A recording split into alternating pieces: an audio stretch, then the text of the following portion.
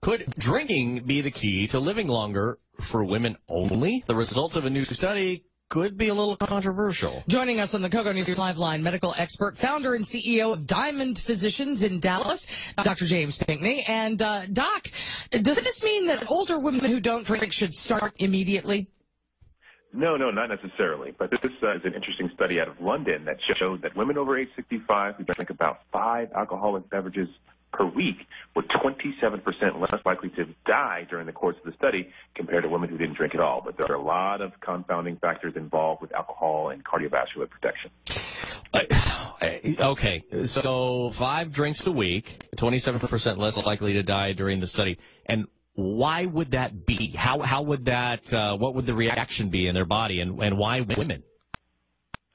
You know, it did show that there was some cardiovascular protection for men aged 50 to 64 who drank 7 to 10 drinks per week. But as far as the pathophysiology, we still aren't exactly sure on how the effects of alcohol are beneficial for everyone. So we know that alcohol improves your blood lipid profile. It can increase your good cholesterol, your HDL, that high-density lipoprotein that kind of goes through the bloodstream and cleans out atherosclerotic plaques. And it can decrease your LDL, your bad cholesterol. But we don't know exactly why. You know, Dr. James, whenever we hear stories like this, ultimately it really comes down to, taking a study like this and not reading too much into it. For instance, I made a joke about start drinking now. It really is about moderation in all of these things, correct? Absolutely. Moderation is key. We have a new genetic test here at Diamond Physicians called the ApoE genotype, and I can actually tell you if alcohol is good for you. And that's 1 drink for a female per day and 2 for a male. So for about 75% of the population, alcohol can be very beneficial. But for 25% of the population, if someone is ApoE4, then alcohol can be pro-inflammatory.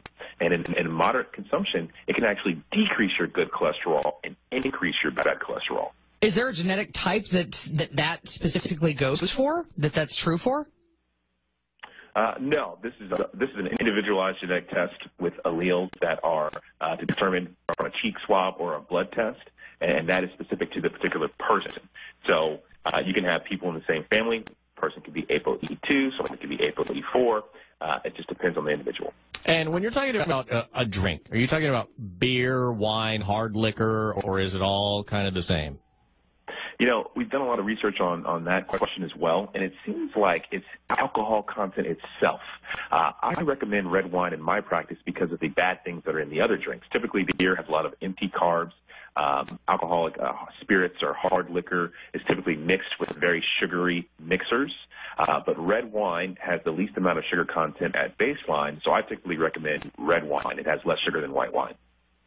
Excellent work. You know, we're very close to wine country here. So, Dr. James, thank you so much for joining us. That's medical expert, founder, CEO of Diamond Physicians in Dallas, Texas, Dr. James Pinckney.